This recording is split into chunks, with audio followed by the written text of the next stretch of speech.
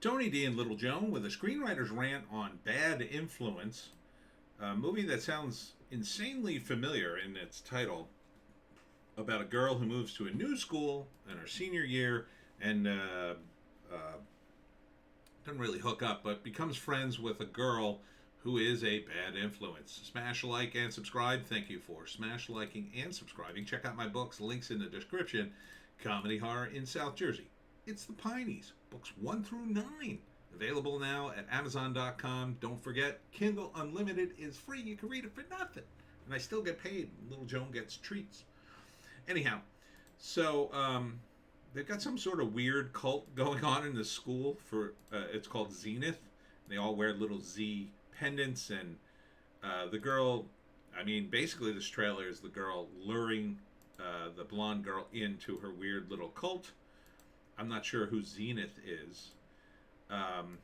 But the implication is that the kids who are in this cult have killed people. They killed high school rivals, and they may have killed the parents of the girl who's the main thing. And they brand themselves with a little Z, and it's a pretty hot shot, I gotta say.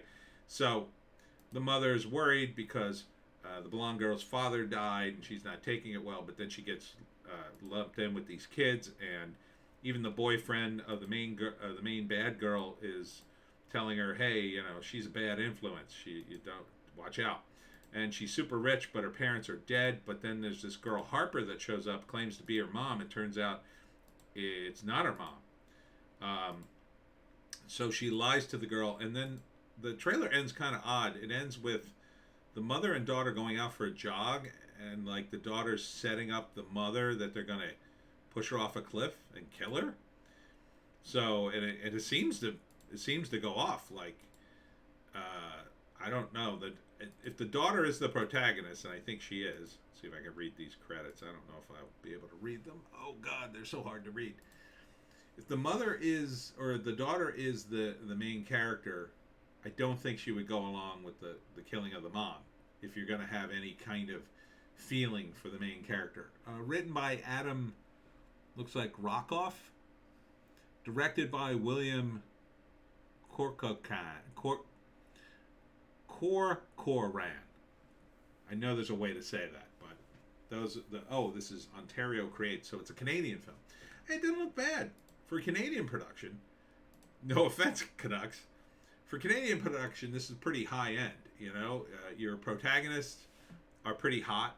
Sometimes I don't mean to throw any shade at the Canadian film industry, but sometimes your actresses aren't as hot as they should be in a movie.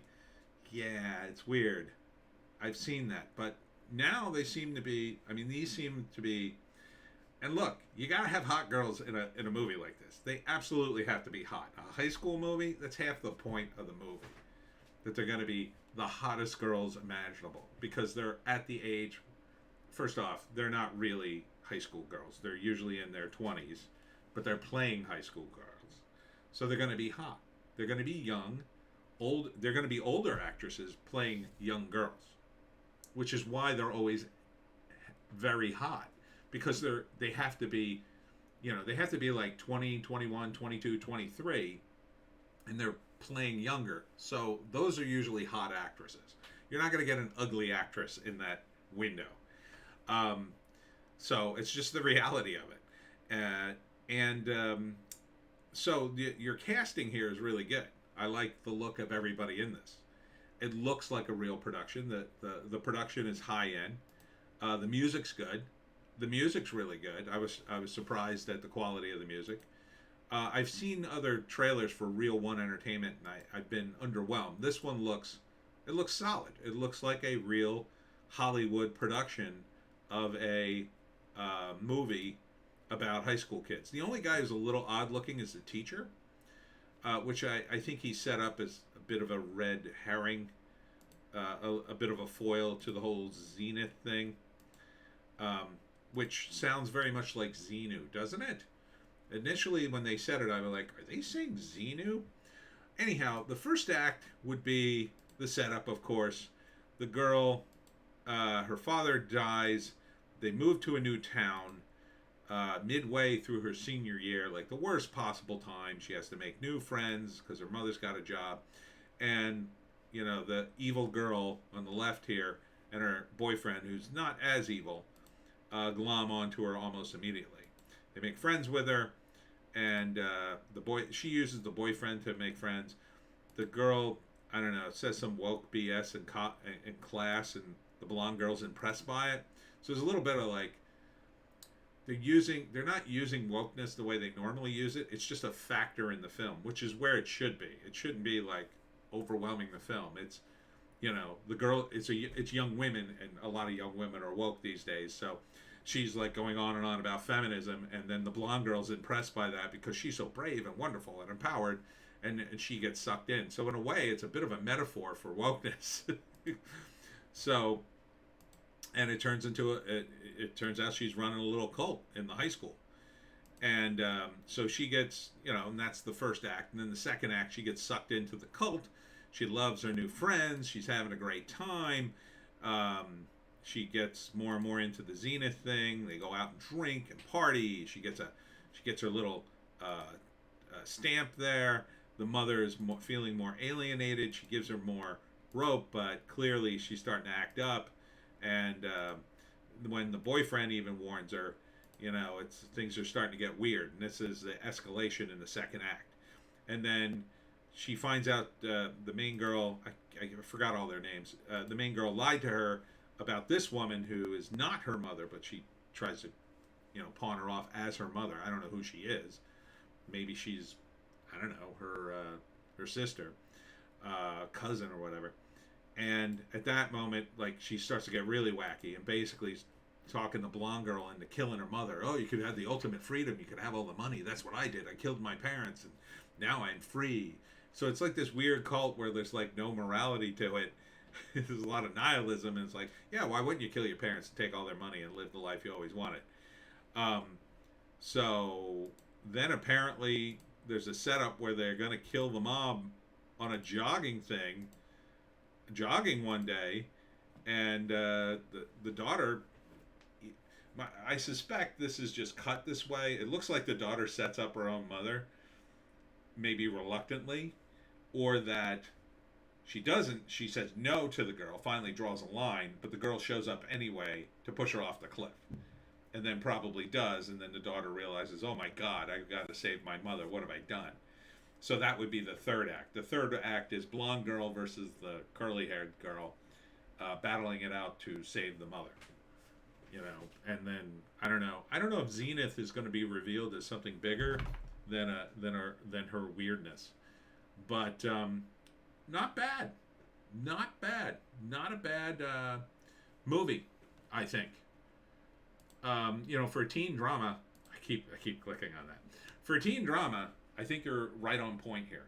It's a good teen drama premise. I think you got a good looking cast. Everything in this trailer, there doesn't seem to be any fat here. It seems to get right into it, right to the core of the drama about this girl looking for an identity, gets sucked into a cult. I like the little bit of sprinkling of wokeness in there because sort of, again, it's almost a metaphor that, yeah, see, cults are kind of wokey, and wokeness is a cult, in my view. So, yeah.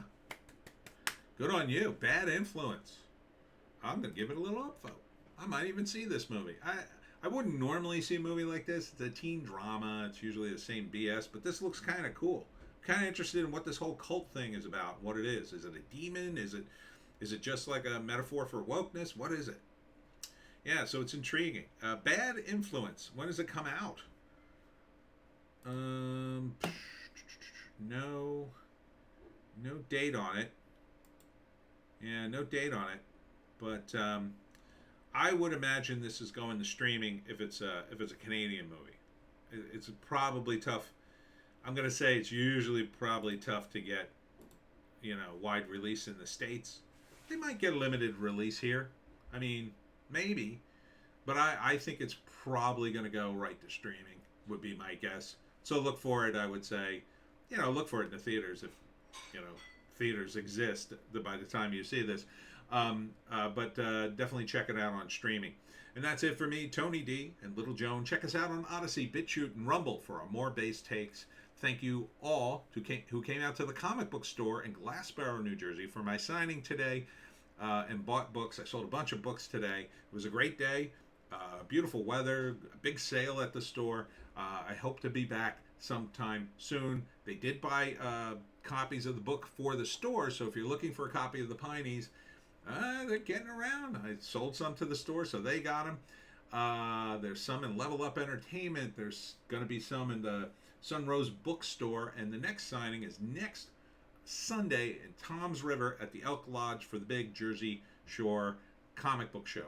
And Joan and I will see you in the next one.